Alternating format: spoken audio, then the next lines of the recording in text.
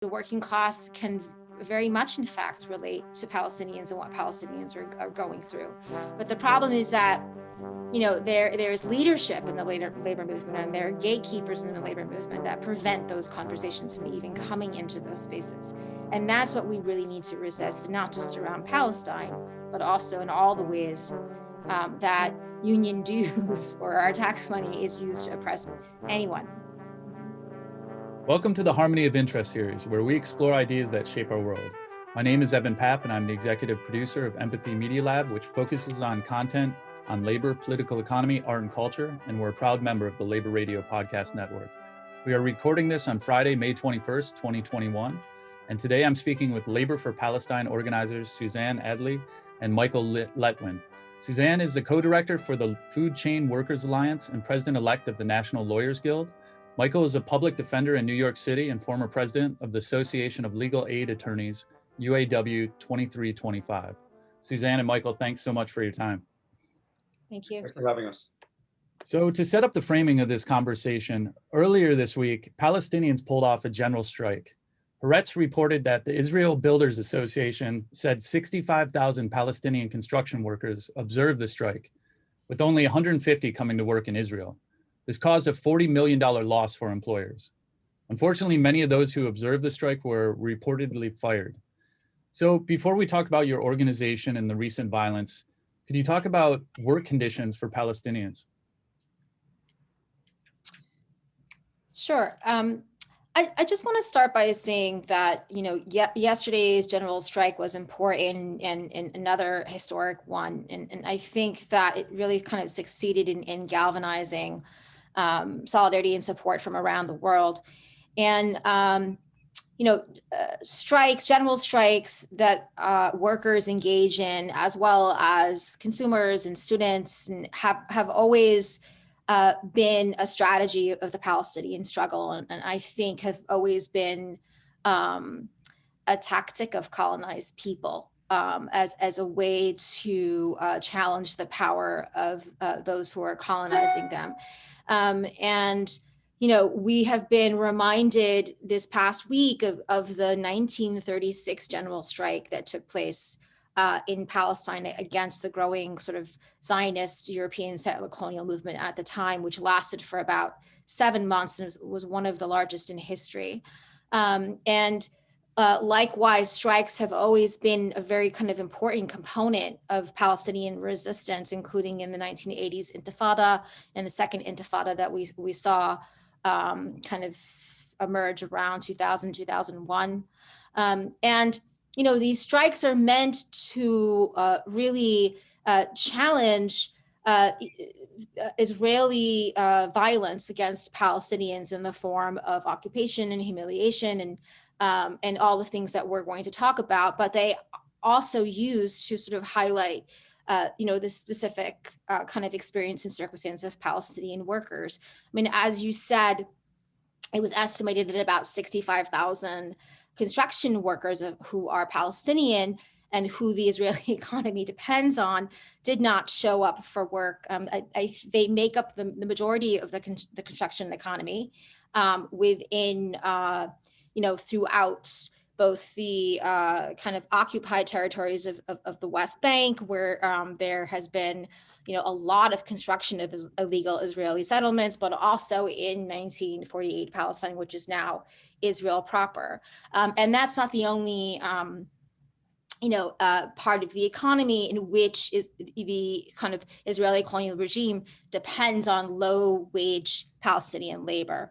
And so, in addition to sort of being a worker in that kind of very precarious condition, the precariousness kind of created by the political economy, but just by sort of the power structure of being an occupied person and your employer kind of being the one that is occupying you, or being a colonized person and your employer being the one who is colonizing you violently, right?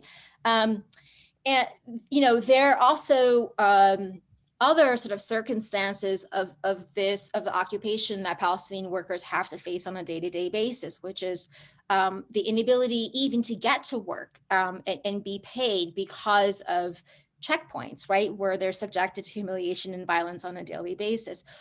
Or also, Palestinian workers from many different sectors were subjected to the violence of the Israeli military occupying forces, as well as to the violence of armed settlers, right? I mean, there have been cases of bus drivers who've kind of been killed en route to work. There are cases of many workers kind of being brutalized also as they're working, as well as en route to work. And those are some of the additional kind of daily conditions that Palestinian workers have to face, in addition to just economic exploitation that comes with their precariousness. And if I could add, the strike, the general strike on the 18th of earlier this week, what involved, even by mainstream reports, even in the New York Times, reporting that there were hundreds of thousands of Palestinians involved in that general strike. And what was striking about it, I think, and so empowering, is that it spanned all of historic Palestine. I mean, the Israeli state and the Zionist project that underlies it is organized to separate and divide and fragment and ethnic cleanse the Palestinian people, and including the Palestinian working class, so that you've got Gaza, which is under bombardment, and then you've got the West Bank, which is also under military occupation, and then you've got the 1948 territories, which Israel calls Israel, but we don't call it that. We regard it as part of historic Palestine. So in all of these different places, and especially the West Bank and in the 48 within the Green Line, this is where this strike took place, and it broke through those kinds of divisions that the Israeli system, the Israeli apartheid system, creates to keep people separate, and both from each other and from everybody else. And that was tremendously empowering. I don't know, Suzanne, whether there's been a general strike of this scale, certainly since the intifadas of 20 and 30 years ago, but perhaps even back to 1936. So there's a tremendous feeling, I think, of empowerment and hope that brings, because it is one aspect of resistance that involves masses of people. I mean, there are many forms of resistance. There are protests, there are children throwing stones at Israeli tanks, but it's all David versus Goliath, including this strike, and it shows the power that people have to resist. And so much of labor is focused on solidarity, and there's a question of there's a very large, almost state-sponsored labor union, and I would like you to talk a little bit about it within the Israeli government and Israeli workers as well. And could you discuss what is Labor for Palestine, and what are some of the major themes of the solidarity struggle that you're supporting? Well, Labor for Palestine was actually launched in 2004 to reclaim a legacy, really, of working class solidarity with Palestine that unfortunately has kind of been lost, because overwhelmingly labor officials in this country support Israel, and in fact have given lots of money to Israel and campaign for Israel within the government here, and make sure that this government sends the $3.8 billion a year in military aid to Israel to carry out the kinds of massacres that we now see and have seen from the last 73 years. So Labor for Palestine especially endorses the 2005 Palestinian-led boycott, divestment, and sanctions movement. It's really a picket line, also known as BDS. And BDS demands an end to occupation and apartheid, full equality for all, and the Palestinian refugees' right to return to the homes and lands from which they were expelled, especially since 1948, when 750,000 Palestinians were made refugees by the creation of the Israeli state. And this really also reflects a much broader kind of labor solidarity for Palestine that exists around the world, where from South Africa to India to Italy now, with dock workers refusing to send military cargo to Israel, we've seen a growth and in that kind of solidarity. And that really reflects a couple of things. I mean, one thing it reflects is the historical parallel of the divestment movement against apartheid South Africa. in the 20, 30, and 40 years ago, and even longer, which played a really important role in helping to isolate and topple the apartheid regime in South Africa. And labor around the world, and certainly in this country, was part of that in a big way. And unfortunately, that has not been mirrored in the kind of solidarity in this country, at least, that is required for Palestine. So our position and what we're urging is that just as an injury to one is an injury to all in regard to any legitimate labor struggle, so that's true with Palestine, especially as Palestine is under intense attack and has been for so many years. And the BDS movement actually has had tremendous success in in a variety of different contexts. And I think the fact, for example, that last week, Italian dock workers refused to send those weapons to Israel really shows the kind of power that workers in particular have. BDS takes many forms. A lot of it is consumer boycott, and that's important. A lot of it is demands on the government to do this and that, or on companies, or on trade unions. But what's so important about the power that workers have at the workplace is that it goes beyond resolutions. It goes beyond talk. It's to exercise the direct power that workers have. And in this country, there are a couple of important examples of that in the past, going all the way back to strikes by Arab and Black workers in Detroit in 1973 in the auto plants against UAW support for Israel. But more recently, in both 2010 and 2014, dock workers on the West Coast in this country, members of the ILWU, refused to handle Israeli cargo and turned away Israeli ships in observance of BDS. And that just shows that if we exercise that power that we have at the workplace, we can actually play a direct role in bringing down the Israeli apartheid system. And could you just comment a little bit about labor Zionism and what the trade union federation known as the Histadrut, if I'm pronouncing it correctly, what that is and how that is not helpful to the cause of what you're trying to do as well? Well, the labor Zionism is the support that some labor bodies have given to Zionism, going all the way back to more than a century ago, especially with the 1917 Balfour Declaration, and then the subsequent, in which the imperialist powers purported to give Jews a national homeland in somebody else's country, in Palestine. And also the rise of the Histadrut that you mentioned, starting in 1920. And so labor Zionism internationally really was at the forefront of creating of the Zionist, what we call the Zionist settler colonial project, which sort of parallels in many ways what happened in apartheid South Africa. And in some ways in what happened in this country with the dispossession of the native people and also slavery. But in the context of Palestine, it was people that called themselves socialists and that called themselves labor that actually were at the forefront of that settler colonial movement. And ironically, they never had any real support among the working class, either in this country or internationally. But they used those terms to kind of legitimize and whitewash, if you will, the Zionism to begin with, and then eventually the establishment of the State of Israel. And the Histadrut in particular, the so-called Zionist Labor Federation, was at the absolute forefront of that project. And using that kind of image of being a labor organization and even calling itself socialist, was able to recruit various kinds of labor leaders around the world, including in this country, to support Zionism. And that has been the status quo ever since. So for the last century and more, labor leaders in this country, especially starting in the 1940s, but going all the way back to those earlier years, advocated for the establishment of a Zionist state and made sure, and has made sure ever since then, that that Zionist state had the support of the various imperialist powers, but also the support of major labor institutions, certainly in this country. And so we have union leaderships who, without consulting the members, their own members, have bought millions and hundreds of millions of dollars of Israel bonds.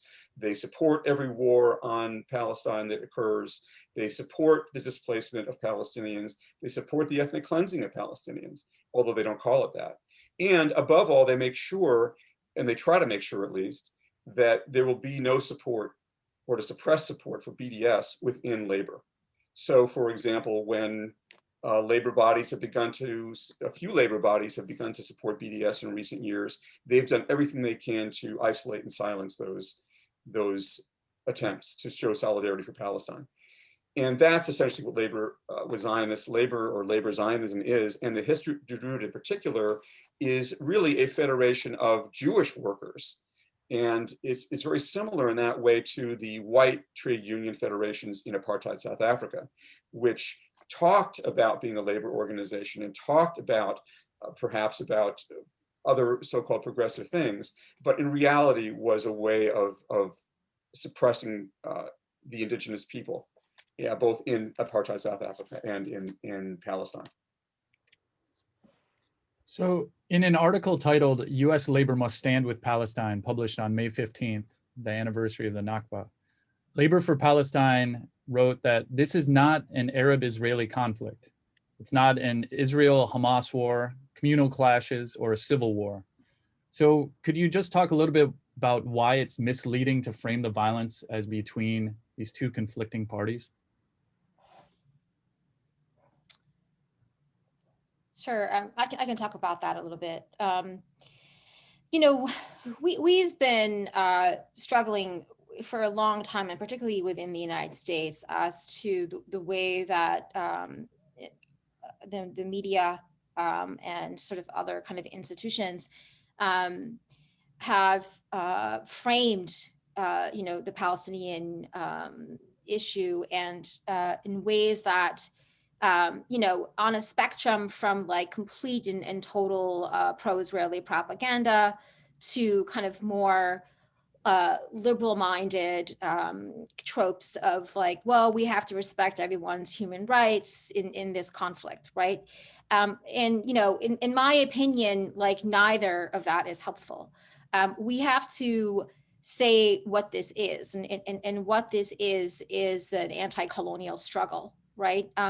Michael talked about, the Balfour Declaration, and around that time, we started to sort of, in the turn of the 19th century, you started to see an expansion of settlements in Palestine by European settlers who identified as Jewish and who were either part of or sort of being prompted by this new Zionist movement, right? And Zionism, essentially was a colonizers movement that said that as white European Jews, right, that have both a religious connection to the ancient world, but also have superiority as white Europeans, have the right to go and colonize the land of Palestine, without regard to indigenous people, right? And that movement of Zionism grew and became supported by imperialist powers, and in 1948, we see the establishment of what would become sort of the Israeli regime, right? And that is a moment that we refer to as the Nakba, which in Arabic means catastrophe, right? And May 15th, which was just this past Saturday, marked 73 years since the establishment of the Israeli regime. The Zionist colonizing project didn't begin 73 years ago, but 73 years ago was when we saw the establishment of Israel, and a moment in which hundreds of thousands of Palestinians were expelled by force from their villages, a moment where we saw the direct sort of destruction of over 500 Palestinian villages or takeover by Zionist settlers. And when we saw several sort of examples of massacres by sort of the Zionist army at the time. And so, that was an important moment that, but it itself wasn't actually a moment. And the Nakba, which is this sort of a moment where we marked the establishment of Israel, was part of a colonizing project that has continued for over a century. So since 1948, then we now have sort of the occupation of the West Bank and Gaza, and we have this sort of devastating economic embargo on Gaza as well. We've seen sort of the expansion of illegal settlements, throughout the West Bank. We've seen the construction of the apartheid wall, and we've seen sort of various moments of attempts by Zionists, both the settlers and the army that protects them, to continue to expel Palestinians, as we saw in Jerusalem and Sheikh Jarrah, and in the week that kind of like led up to this particular moment of violence. And we also, have been experiencing every few years the, periodic and devastating bombing of Gaza, people who basically are kind of living in an open air prison. So, all of this, like, going back to the turn of the century, this has been a situation where Palestinian people, the indigenous people of Palestine, are suffering settler colonial violence in all these different sort of manifestations, right? And Palestinians, whether they're engaging in a general strike, whether they're calling for BDS, or whether or not they're protecting their families with arms, right? This is Palestinians, this is indigenous people. These are people who are resisting and the colonizing power that is really seeking to annihilate them, right? It's not, and there's no comparison between kind of the military, economic, and political support that Israel has, and particularly by, the U.S. empire and other sort of allies of the United States, and and what the Palestinians have, but what the Palestinians do have is kind of a resilience in which they, will continue to resist colonization. So it's, to call it a conflict is really kind of not just inaccurate, but it's just kind of, it's really absurd, right? And I think that, what we see is that, and whether we're talking about the right wing or sort of like liberal sort of elements, we see the continuing sort of tropes that are being used, but what about Hamas, right? That has nothing, that like Hamas's existence or non-existence doesn't change, right? Doesn't change that Israel is a violent colonizing power, right? And Hamas is an elected sort of leadership in Gaza who, for most people, whether or not they agree with Hamas's religious ideology, believe is kind of fighting for all Palestinians, right? To call it communal clashes, to say that this is about religion, or to say that this is something that is centuries old, between Arabs and Jews, is just not accurate, and it's just, absurd. I think too, but like at the same time, as somebody who's kind of been organizing around Palestine, we have seen like a marked improvement in the way that the media and institutions and people on social media are talking about Palestine. So, and, we've also seen, recent reports by organizations like Human Rights Watch, who have finally acknowledged that a system of apartheid is existing, in these territories. And we've also finally seen the International Criminal Court call for an investigation of Israeli war crimes, right? But it's still going to take more than that. Like, we need to, mobilize labor as well as, the grassroots to stand in support of Palestine, not just when they're victims, but also stand in support of Palestinians as they are working, resisting to liberate themselves from the colonizing power. So I do want to talk about some of the demands and what peace looks like, and a very solution-oriented discussion. But I do also want to kind of, you've laid the groundwork where previously it was the Ottoman Empire, World War I happens, Sykes-Picot Treaty happens with Britain and France taking over much of this area. The British get through the Balfour Declaration, Prime Minister Balfour then pretty much says the Palestinian mandate is going to eventually be open to these European settlers. World War II, and then it goes right into what you were explaining as well. But just for those who may not have been following the recent conflict, ceasefire was announced yesterday, May 20th. And could you talk a little bit about just what was the actual spark that led to the most recent violence? I don't know. Yeah. Sure. Yeah. Well, I think most recently, what we had seen was attempts by Israeli settlers to violently evict Palestinian residents of Jerusalem from their homes in the neighborhoods of Sheikh Jarrah and Silwan, right?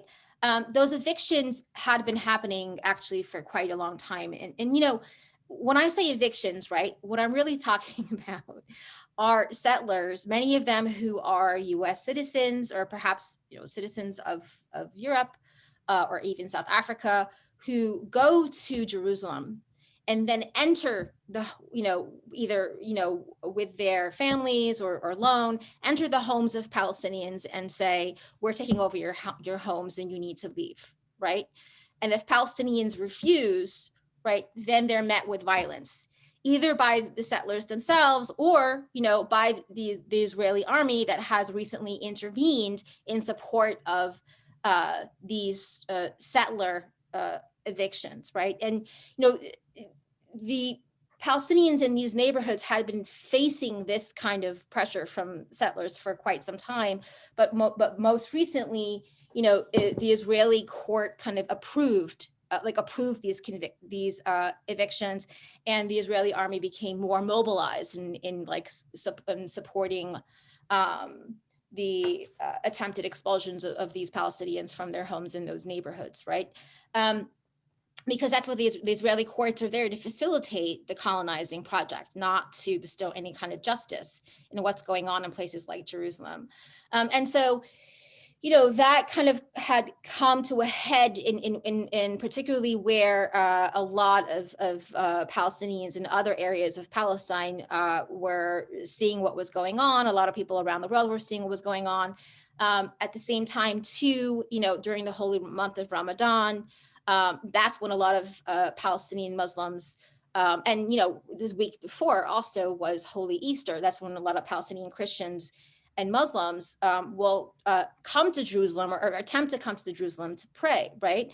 And one of the places where folks pray, the Holy Sepulchre Church, which was met with violence a week before, and then the Aqsa Mosque, which was met with extreme violence at that time by the Israeli military, right? And that caused sort of a wave of Palestinians in the West Bank and then in the 48 territories to then come out and rally and try to reach Jerusalem and resist what the Israeli army was trying to do, to attack worshipers and to prevent people from going to Jerusalem, and, you know, to try to prevent it. The Palestinians are also trying to prevent the Israeli army from, you know, continuing these evictions, and then that also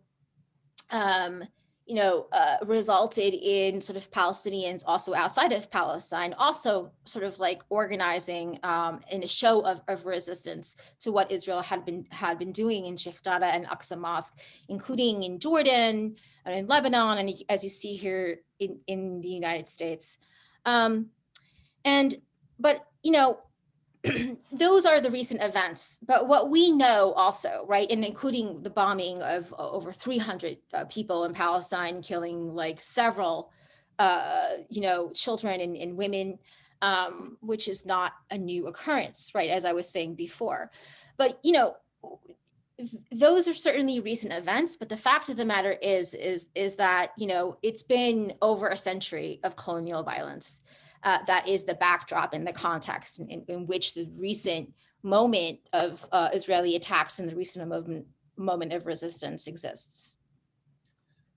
And something I like to bring up as a very kind of removed outside observer is that the Netanyahu government has been one of the worst governments I've seen in the world for the human rights violations that have been going on.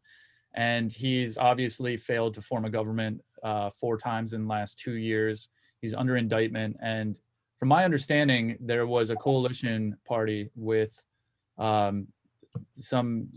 coalition movement to get him out days before a lot of the violence and evictions really started escalating in Jerusalem.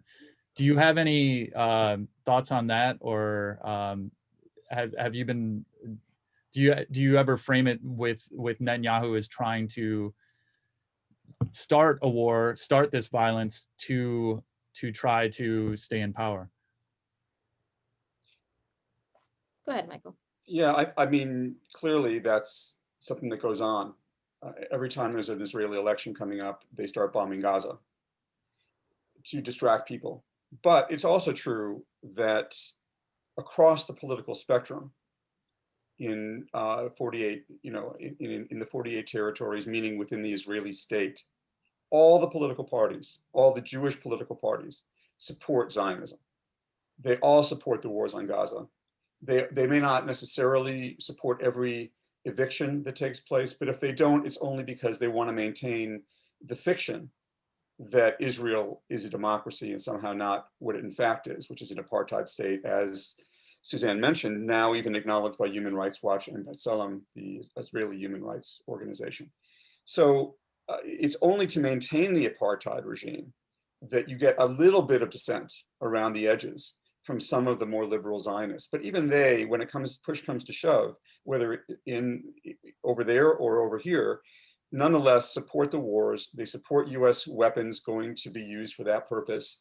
And so it appeals, yes, it's a distraction that Netanyahu uses, but he also appeals to a pre-existing and ongoing support for Israeli apartheid and ethnic cleansing. And so it's not really a question, therefore, of just Netanyahu, any more than it was a question of just being Trump in this country. I mean, of course, we're glad to get rid of Trump in this country. But the fact is that Biden now is sending weapons just as much as Trump did, and just as much as Obama did, and just as much as every other administration did to kill Palestinian children, of whom more than 50 have been killed. Just this round, 50 children, more than 50 children killed in Gaza by US weapons provided by a liberal democratic administration. So it's not ultimately about which particular politician or even which particular party is in power, either there or here.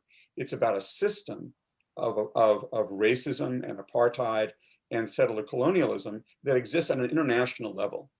And that also is why I think you've got growing recognition, not only in general and around the world, but certainly in this country. A lot of the support for Palestine comes from people in the Black Lives and Black Liberation movement and other movements of oppressed people in this country, indigenous people, because Palestine has always stood with those movements vocally and made clear the connections. And there's a chant that you'll hear at the demonstrations that from Palestine to Mexico, all the walls have got to go, referring to the apartheid wall in Palestine that separates Palestinians from each other and from their own country, and the border wall in this country, which again, under both administrations, Democratic and Republican, have been used to keep out indigenous people who are simply migrating to live, and from countries or from lands that they themselves have been expelled from, as is the case for, say, Mexicans, Mexican migrants here. So these are connections. And if you look at the streets of, Ferguson in 2014, or Baltimore, or Minnesota, or Minneapolis today with George Floyd, to many people, the parallels are not hard to see between that and what we see on the streets of Palestine. The use of extreme militarized and military force against popular resistance to racism and injustice.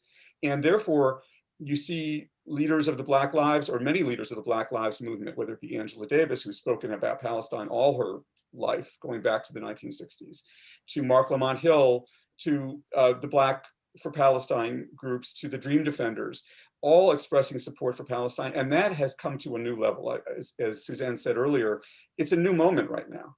I mean, it's a new movement in terms of, in Palestine, of course, there's always been resistance there going back to the very beginning, and there always will be, just as there will be to any unjust regime around the world.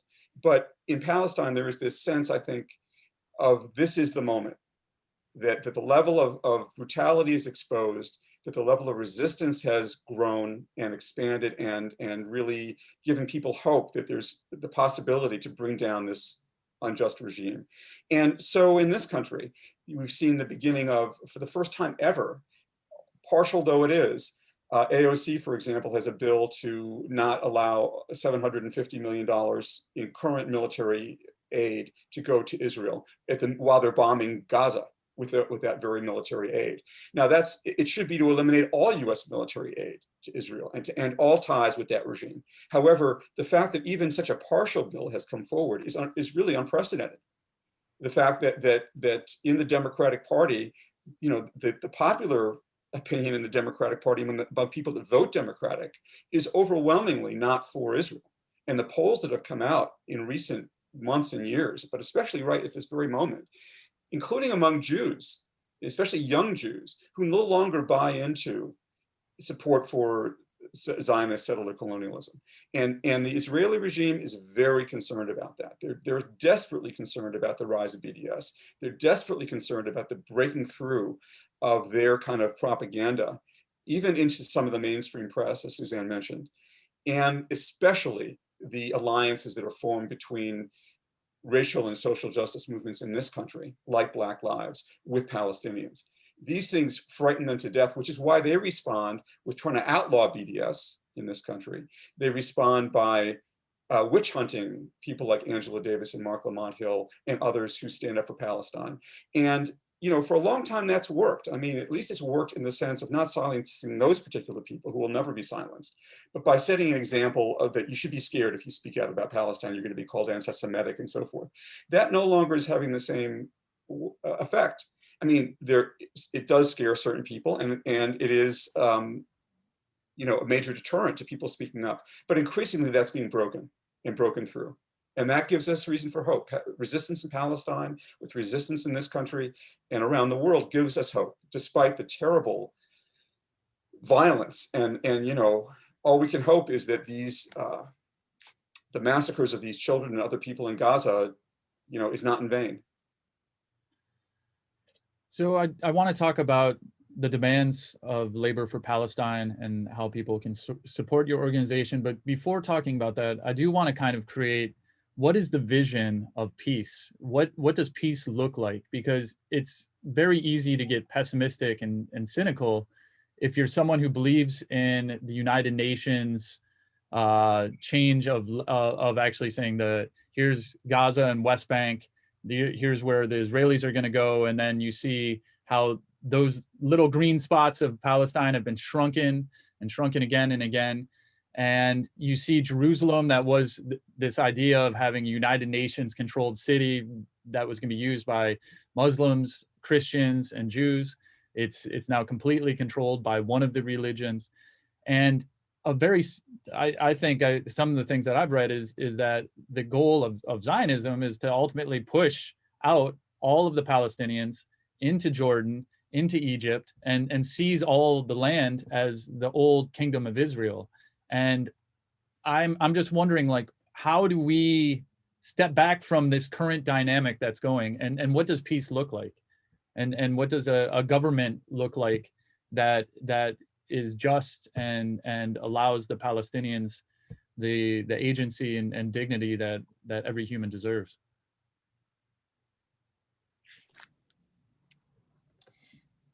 Well, I think that what has been a vision, right, for the future that has existed really for a long time among the Palestinian movement is this idea of a one-state solution, similar to you know, what we've seen take shape in South Africa, even though we know that that's sort of far from perfect, with the sort of the continuation of economic apartheid, among other things, right? And it is really kind of a luxury to be able to kind of like spend time on sort of thinking about that vision, right? Because there's so much that Palestinians have to contend with. But I think that the liberal forces and the right-wing forces have really kind of like tried to push this idea that the only solution is a two-state solution, right? And that is impossible, right? I mean, and you sort of referring to the little kind of like green marks on the map now, where Palestinians are confined to, it very much in kind of like Bantustans were in South Africa, right? And it's also impossible because it also kind of still maintains kind of this powerful Israeli regime and subjugated people who then have to kind of like live within those confines. And I think that idea was also kind of the impetus for pushing the Oslo Accords back in 1993, was it, right? And all that did was really help to sort of solidify and ferment the occupation and increase it, and and actually cause more exploitation and subjugation of Palestinian people. So, I think, as I said, like the vision of the one-state solution is actually one that has existed for a very, very long time among sort of Palestinian resistance movement, and I think it's one that's also kind of been recognized as the path forward, not just for the Palestinian movement, but for allies and solidarity activists and Palestinians living in diaspora. Now, to talk about exactly what that looks like, I mean, it has to include the sort of the decolonization of Palestine in all of its manifestations. Palestinian refugees, there are up to 5 million now, who many of these refugee camps were created in 1954 and in 1967. They have the right under international law to return to their homes. That has to be part of that vision, right? And also, what needs to be part of that vision is, we can't attempt to have a one state when we still have an armed police force representing kind of a power elite, over, the indigenous population that like we're seeing in South Africa. So there's a lot to discuss about that, right? And, as Michael said, there's a lot of hope right now. It is an important moment. I think one of the places, though, that like it is a challenge is that the truth is that there's very little resistance to Israeli settler colonialism within Israeli society itself, right? I mean, there are liberal elements that are saying Palestinians have human rights, but there's just not enough. Well, honestly, there's a great deal of mainstream Israeli society that is openly supporting the ethnic cleansing of Palestinians. You should see these interviews that Abby Martin did on the streets of Israel. But even those who are, challenging Israeli violence against Palestinians just don't go far enough. They still don't want to challenge the very sort of power structure that is the Israeli regime. And they're going to have to go farther than that if we're going to be able to talk about kind of the future and a vision of a one-state solution. And Michael, you might have something to add to this. Yeah, just to follow up, I mean, Suzanne said it all, but the bottom line is that all of Israel, so-called, is occupied Palestine. And the idea that you can have an occupation regime continuing to exist is simply not acceptable. It wasn't acceptable in South Africa. It wasn't acceptable in Zimbabwe, and it's not acceptable in Palestine. And the interesting thing about one state as well is that, one state meaning that everybody would have equal rights, one democratic state, one democratic secular state, throughout historic Palestine with equal rights for all. From the river to the sea is the phrase that is used to meaning decolonization. And decolonization, it should be clear, is not about getting rid of people. It means equal rights for everyone. The Palestinian movement has made that very clear. And it also means, one person, one vote and democratic process, minority rights and so forth. But it means an end to the Israeli regime, because the regime may be Israel temporarily, but the country is Palestine, and it always will be Palestine. And that's what we're fighting for ultimately. Most immediately, we're fighting, what the BDS movement is calling for, and it's reflected in this ultimate goal. But the BDS movement doesn't specifically address the question of how many states. What the BDS movement says is that it demands an end to the 1967 occupation. That means the land that was stolen by Israel in 1967, the West Bank and Gaza in particular, in Jerusalem. But also an end to Israeli occupation and colonization of all Arab lands, and full equality for Arab Palestinian citizens of Israel, and implementation of the Palestinian refugees' right to return, as Suzanne has said.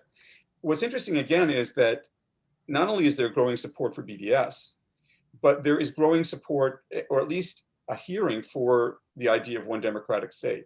I mean, the reality is there's already one state. It's just that it's an Israeli settler colonial regime state that dominates the 48 areas and the 67 areas, and continues to maintain the forced exile of up to 7 million Palestinian refugees. The only question then is, what kind of state is it going to be? And so we're saying, rather than being the current apartheid ethnic cleansing regime, it should be a democratic, a secular one state for all. And you begin to see reference to that, and even advocacy of that occasionally, in the op-ed pages of the New York Times for the first time ever. Now, overwhelmingly, what's in the New York Times, certainly in the reporting side, is still the traditional Israeli Zionist narrative. But the fact that, when resistance exists, as it does in Palestine, and when it grows, as it is in Palestine, to the levels that it is at right now, or for that matter, when the Black Lives Movement in this country was able to, over the last year, become such a major force, so many millions of people coming out, the largest number of protests actually in US history, millions and millions of people on the streets. That doesn't necessarily change the systems itself, but it does, begin to break down the dominant narrative. And that's what we're seeing in regard to Palestine now. We're seeing people talking about one state in the mainstream. Not as much as it needs to be, and certainly still in the very small majority, but it's begun to be heard. The fact that there has begun to be opposition expressed to why is the United States arming the bombardment of Gaza and the maintenance of the Israeli apartheid state. These things all of a sudden are being heard, at least, because of the resistance that's going on the ground in Palestine and the resonance that has in this country and around the world. And that is reason for hope. So Labor for Palestine, how can organized labor workers around the world support the mission of Labor for Palestine? What are some of the key demands that you think can move this forward? Well, the simple answer is that we would welcome you to endorse our statement, which is posted at laborforpalestine.net, or contact us at info@laborforpalestine.net. But more generally, we are calling for support for BDS. We're calling for labor organizations to formally endorse, to cut off ties with the Histadrut, the racist Israeli Labor Federation, and its supporters here in the Jewish Labor Committee. It's the same thing. And again, to emphasize that, Jewish does not equal Zionist.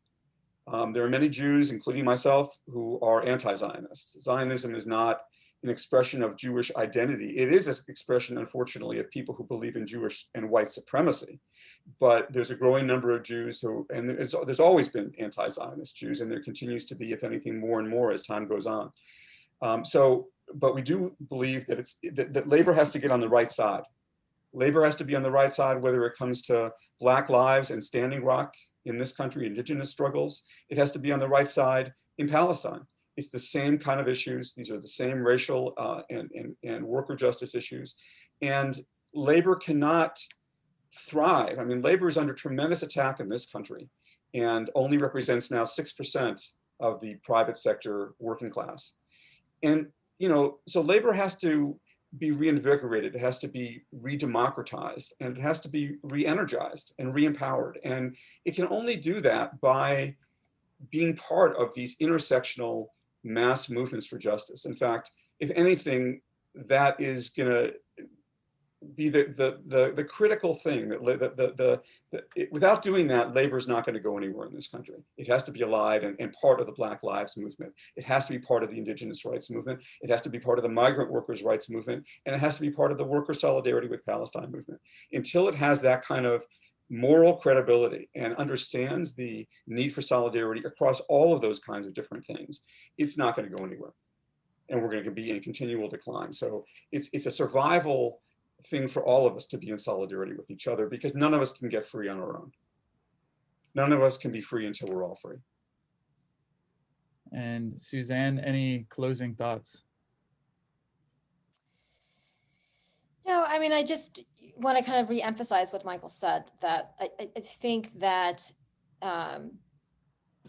examples that we've seen, we have seen some examples in the past decade of union locals and workers coming together to push their leadership to support the demands of BDS. And they have been met with a lot of opposition, but they've been consistent. So that's very helpful.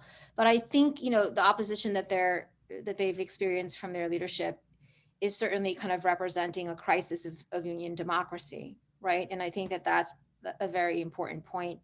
One of the locals, I believe it was in 2014 or 2016, that did pass a resolution, like amongst their base was actually a lot of healthcare workers, right? People kind of expect this kind of thing from like academics and whatnot. And, those experiences, and I work with a lot of, migrant farm worker organizations and workers in rural areas. And, what I have found was that, the working class can very much, in fact, relate to Palestinians and what Palestinians are going through. But the problem is that, there's leadership in the labor movement, and there are gatekeepers in the labor movement that prevent those conversations from even coming into those spaces. And that's what we really need to resist, and not just around Palestine, but also in all the ways that union dues or our tax money is used to oppress anyone. Mm-hmm. Michael and Suzanne, Labor for Palestine, thanks for all your work and everything that you're doing. Thanks for having us.